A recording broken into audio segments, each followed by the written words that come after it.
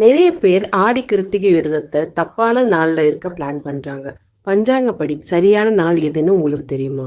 ஆடி Krittika August 6 இல்ல 7 பெரிய குழப்பமா இருக்கு. நீங்க விரதம் இருக்க வேண்டிய சரியான நாள் எதுன்னு இந்த வீடியோல பார்ப்போம் வாங்க. கிருத்திகை நட்சத்திரம் ஆகஸ்ட் 6 வியாழன் இரவு 8:13 மணிக்கு தாங்க ஆரம்பிக்குது.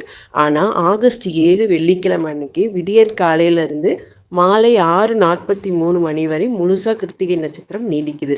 அதனால சூரிய உதய கணக்குப்படி ஆகஸ்ட் 7 வெள்ளிக்கிழமை தாங்க எல்லோரும் விரதம் இருக்கணும். அன்னைக்கு காலையில சீக்கிரமா எழுந்து குளிச்சுட்டு முருகனுக்கு பால் அல்லது பஞ்சாமிர்த அபிஷேகம் செய்யுங்க.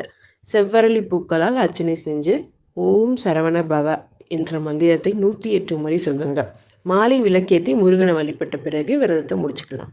இன்னும் ஸ்பெஷலாக இந்த வருஷம் ஆடி வெள்ளியும் ஆடி கிருத்திகையும் ஒன்றா வர்றதால அம்பாள் மற்றும் முருகன் 2 பேரோட அருளும் உங்களுக்கு டபுளாக கிடைக்கும். கடன்கள் தீரும், செவ்வாய் தோஷமும் நீங்கும். இந்த வீடியோ பிடிச்சிருந்தா லைக் பண்ணிவிட்டு